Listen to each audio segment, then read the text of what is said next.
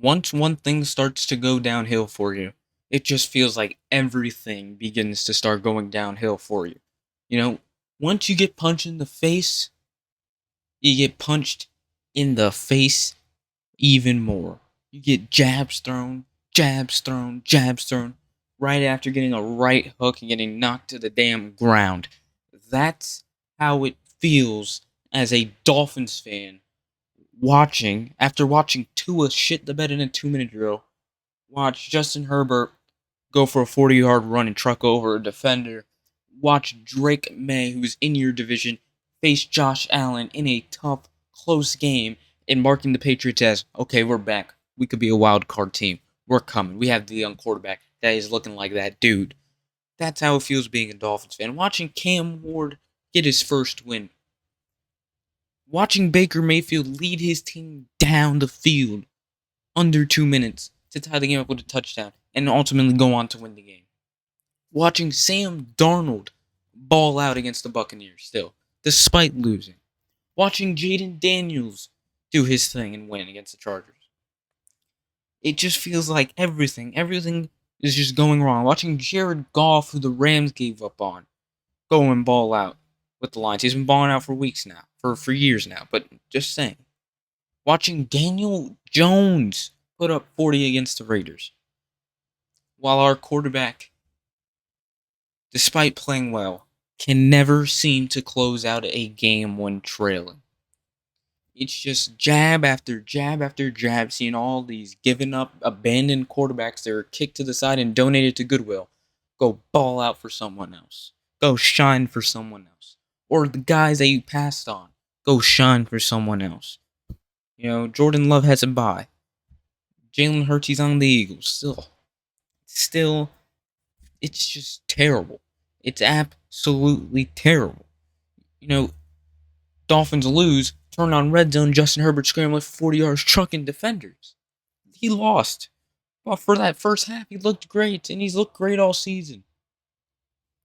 And it's just terrible. It just makes me feel even more angered by this team and by how this team is run. It's run like shit. It's been run like shit ever since I known the Dolphins as shit. And that's been forever since I known the Dolphins. You know what the constant is? We got Christopher Grier, the idiot, still in the organization, and he has more power than he ever did before. He's had this amount of power for the last 10 years, despite not using it correctly, despite not knowing what the hell he's doing.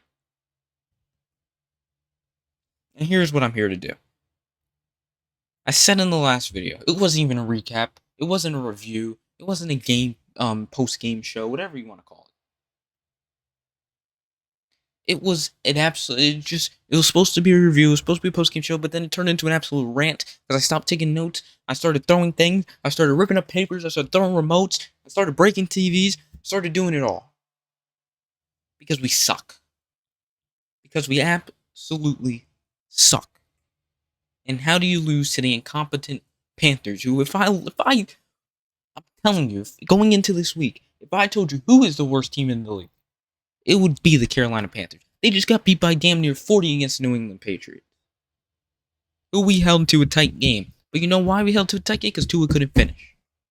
I mean, the Carolina Panthers versus the Jets, I'm taking the Jets. Just because Justin Fields is able to run around. Because Braylon Allen and Breece Hall are able to run the ball. That's something I didn't think the Panthers would be able to do without Chuba Hubbard. With Bryce Young at quarterback. And the Jets are 0-4, and the Panthers are 2-3. So the Jets are technically the worst team in the league, but I'm still taking the Panthers as the worst team in the league, and I might even say that today, not just going into last week. Because Bryce Young is in shambles trying to call timeout, when he has no timeouts. Bradley Chubb got to him. He threw the ball away. He gave the ball to the Dolphins. He threw the ball to Minka Fitzpatrick. They are the worst team in the league. But you know what? The Dolphins lost. You know what that makes them? The worst team in the league. But the Jets are in New York. And the Jets lost to the Dolphins. So I guess the Jets are the worst team in the league. But the Dolphins ain't far behind. Because if it wasn't for a few fortunate turnovers, where people don't Braylon Allen does not hang on to the ball, the Dolphins lose that game. And I said it, I didn't like how the Dolphins closed that game. Why does my camera keep unfocusing? Stop unfocusing. I didn't like the way the Dolphins closed that game. Every time I say the Dolphins, it starts blurring up. And it's not going to look, and this is not a good sign for them going into tougher games playing the NFC North. I meant the AFC North. But hey, we got to win, and then hoo-ha-ha, we got to win. We're going to win against the Panthers. Nope. Bryce Young. He's a competent quarterback all of a sudden. You know, Bryce Young, they don't even know if he's their guy yet. Like, they're questioning if he's the guy, and he's looking like he's not the guy week by week until he plays the Miami Dolphins. Not only that, the fan base is questioning if Tua is our guy, but yet he's owed $50 million, and Bryce Young's on a rookie deal. So Panthers are the worst team in the league, and they're in a better spot than the Dolphins, and the Dolphins are now the worst team in the league because they lost to the Panthers. But here's not why. Before I go on another tangent, let me get to what I was trying to, what this video is based off of. As I said in the last video, the Dolphins have a multitude of problems. They have problems that are like the list of Jericho. They go on and on and on forever. They'll touch the clouds if you put out a list, right? What's the biggest problem? Is it Mike? Is it Tua? Is it the defense? Is it the owner? Is it the GM? Or is it everybody? Well, it's everybody. Everybody's adding to that problem. It's a sum. The problem is the sum of everybody added together. But I do have one guy that I've been on since the summer. That I've been on while everybody was celebrating, if they were celebrating, that Jalen Ramsey, Jonnu Smith trade, and I said Minkah Fitzpatrick is just a distraction to the mess going on. It's just a distraction. Let's get a big name in this trade, so we can distract everybody that we're trading Jonnu Smith and Jalen Ramsey. Because Jalen Ramsey and Jalen Ramsey wants out, and Jonnu Smith wants a new contract, but we're not really to pay Jonnu Smith. Jalen Ramsey wants out. So at least I got Minkah. Minkah sucks. So he got a lucky pick. That's it. Let's get this big name. But it really was just a distraction from the absolute mess going on in the offseason. Not signing DBs until 1 week before the season, Rasul Douglas. Signing Jack Jones, his bum ass who's 5'3", 120, and I can get a PI on him. Storm Duck, Cater Code, they go down. Oh no, we're not going to replace the DBs just yet. Let's wait 1 week into the season. So this guy doesn't know the schemes. Also, 3 first-round picks draft Jalen Phillips, who was about to retire going into his college career, or about to retire during his college career. Guy who torn his Achilles, torn his ACL. We have Bradley Chubb, high-paid player, Zach Sealer, high-paid player, Chop Robinson, a first-round pick, and Kenneth Grant, the worst first-round pick in this last draft, as by far. Also, we also have the worst second-round pick, damn near, because he's the worst guard via PFF in the league. That's besides the point. We're talking about the defense, right? 3 first-round picks, 2 high-paid players. Who pays those guys? Who drafts those guys? One man, Christopher Grier. One man. There's only one guy that drafts and pays those guys. And my camera just fucking blurred up. Stop blurring up, you camera. And that was supposed to be our bright spot right there. But guess what? It can't. It's not. They suck. So you know what? We're going to put all the pressure on these guys. We're going to decide and wash up Matthew Judon, because there's another big name. Wash up Matthew Judon. And I can sign any DBs to give Anthony Weaver, who was getting head coaching looks last offseason. We're not going to give him any DBs, and we're going to expect a good outcome. Does that make any sense? We're going to sign the DBs late, give him shit, give him scraps, give him goodwill donations. Give him clothes that won't be in a regular person's closet. Because they're so ass. And expect him to do something with them?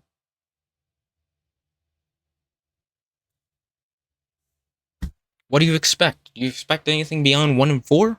I did. I expected to beat the Panthers. I didn't expect to beat a good team like the Colts. I didn't know they were going to be a good team, of course, so I expected them to beat them because I thought they'd be the same old Colts. But looking at them, they're a damn good team. I didn't really expect them to beat a good team like the Patriots because the Patriots are a damn good team. I didn't expect them to beat the Bills. They didn't. I expected them to beat the Jets. I expected them to beat the Panthers because I can look and see that Panthers team sucks. But they can't. And players on the field are the first problem, whether it's players not buying into the culture, players that don't want to buy into a culture, or whether it's just players absolutely that are fucking garbage. Instead of building around the O-line and draft picks, we give up draft picks and draft Tyreek Hill, but you couldn't make that experiment work because you suck at GM. You paid a quarterback who cannot extend a play. He can't run. Everybody in the league can run. Drake May can run. Josh Allen can run. Justin Fields obviously can run. Who else is there? Cooper Rush can run. Everybody in the league can run except Matthew Stafford. Everybody in the league can run. Everybody has that threat now. But teams aren't going to prepare for a threat in the run game because they know as long as you get him 1 yard before the first down, he's not putting that head down no matter what. He's taking 10 seconds before he decides to run because he needs to think through his mind. Am I going to get a concussion here? But we paid him. Because you know why? Big headline. Dolphins got their guy. Dolphins pay their top quarterback money. Put him in the same... They actually get paid more than Mahomes. Puts him in the same conversation as Jared Goff. The same conversation as all the other top quarterbacks. Just so the GM can say, look, I drafted the right dude. I got our guy. He's worth $50 million. You put the price tag on. You were bidding against yourself. He's not worth $50 million. What team was going to give him $50 million? What team? No team. Because they know he's a product of a Mike McDaniel system that is now figured out. Okay? Mike McDaniel came here, and yes, he's made Tua look good. But after 2 concussions later, 3 concussions later, however many concussions he's had at this point, he sucks. And the system still sucks, which is another problem with Mike McDaniel, but I'm pointing out, though, what's the biggest problem? And I've been saying it since the offseason. I've been saying it for the last 2 seasons. I've been saying it ever since. Everybody's been saying it. And I've been saying it through the big moves, through the Chop Robinson draft, through the Minka Fitzpatrick, oh, we got something for basically nothing. I've been saying it through this. It's annoying already. How is someone not fired yet? As of 3 o'clock, October 6, 2025, how is there not someone from the Miami Dolphins, whether it's the special teams coordinator, the head coach, the assistant coach, the defensive coordinator, not fired yet? You are 1-4 and almost lost to the Jets, in my opinion, and just lost to the worst team in the league. Because I'm taking the Jets over the Panthers any day of the week. So we are the worst team in the league. The Dolphins are the worst team in the league. And we're going to blame it. We're going to blame it on the coach. We're going to blame it on the quarterback. Even though he played decent, I'm still going to blame it on the quarterback. Yes, I am going to blame it on the quarterback.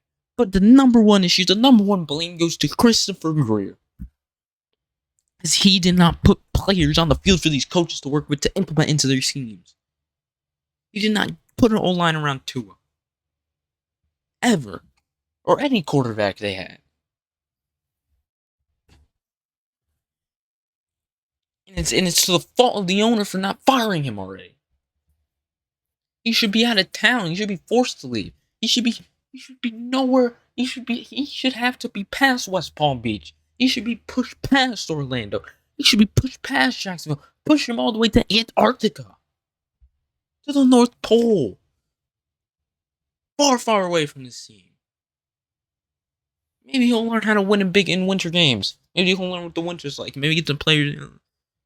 Maybe he could become a coach and win some winter games if he goes to Antarctica. But he sucks. And it's just an issue that's never going to be solved because either the owner's too soft or the Chris Grier selling the owner something that the owner's buying into.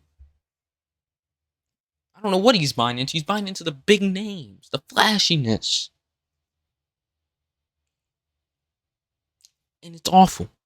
He is scamming us. He is terrorizing the Miami Dolphins and their future. As long as he's here, he already gave $50 million to Tua over, the next 4 years? That's a whole bunch of cap. Tyreek Hill's done. That's a whole bunch of cap. Bradley Chubb, a whole bunch of cap. Jalen Fields, a whole bunch of cap. Just everybody, here's some money, here's some money, here's some money, and then you finally stop paying dudes. Because you're trying to save your ass. And now you're going to have either... I don't know if his plan is to have shit players and then blame it on McDaniel, the coach, so he can get him fired and be like, oh, Mr. Ross, we only need A coach. We need a new coach. We need a new coach. This coach that you like isn't working, so let me hire the coach. He's gonna go hire someone, get shit players, get that coach fired, and the cycle will start all over again in the next 10 years. This is awful. While I'm watching Drake May beat the Bills in Highmark Stadium. Damn, man. I'm about to watch Patrick Mahomes tonight. Why can't we have one of these quarterbacks? It's ridiculous. It's ridiculous. I feel like I'm repeating the same point over and over. It's Christopher Grier's fault. Then it's to next person. It's a list of problems, but it starts at the top. And the top is Christopher, whatever his middle name is, stupid Grier. Get him off the team.